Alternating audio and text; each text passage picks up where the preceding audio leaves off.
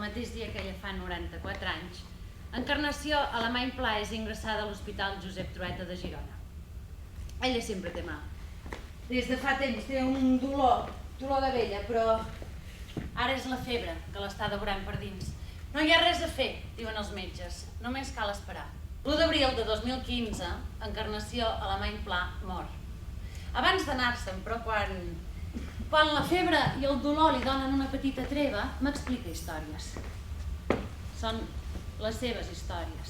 Quan llegeixo els diaris d'en Joan Fontdalmau i de la Carme Vallriera, quan els tinc a les mans, quan veig la seva lletra escrita tanta cura damunt d'un paper vell, gastat pel temps, intento pensar on era jo quan tenia la seva mateixa edat. Què estava fent? Hoy es una fecha que recordaré durante toda mi vida. El 18 de julio de 1936. El día en que empezó una guerra que nos robó casi 3 años. Tornava per la plaça Sant Agustí i a l'arribar a Correus hi havia 2 o 3 soldats. I un se m'acosta i em diu: on vas? Bueno, en castellà, m'ho va dir. On vas?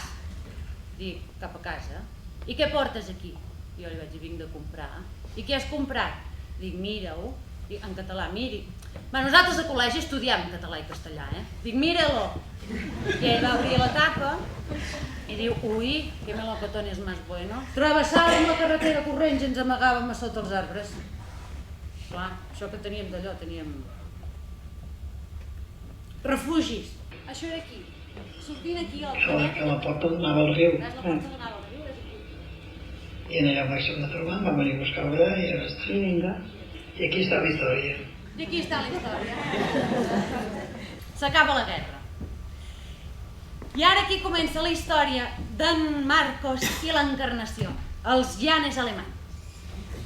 En Marcos va néixer a Canàries, al Puerto de la Cruz, el 1905. Subiendo por las cañadas, qué maravilla.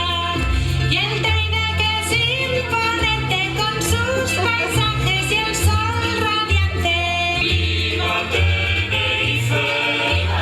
¡Viva Tenerife!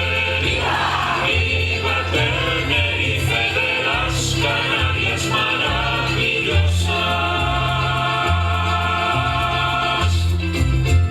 La Carme Vallriera també escriurà un diari, però en el seu cas ho fa per imposició. Escribo impresiones que han sido percibidas por mis sentidos y que escribo a partir de mi reflexión, pero necesito escribir. La Carme deixarà constància en el seu diari de tots els aniversaris dels seus fills. És curiós, perquè no se'n recorda mai de l'edat exacta de la seva filla Maria Àngels. Estem tots molt bé. Els hi escriu amb la poca llum d'una bombeta que penja d'un fil pelat, d'un sostre foradat, que per les nits es pot veure les estrelles. Me'n recordo que el meu avi amagava diners a dins dels llibres i a mi m'agradava llegir.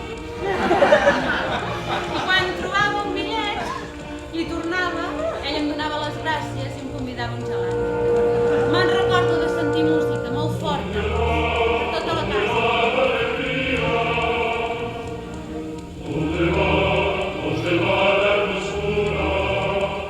Viure, morir i tornar a viure.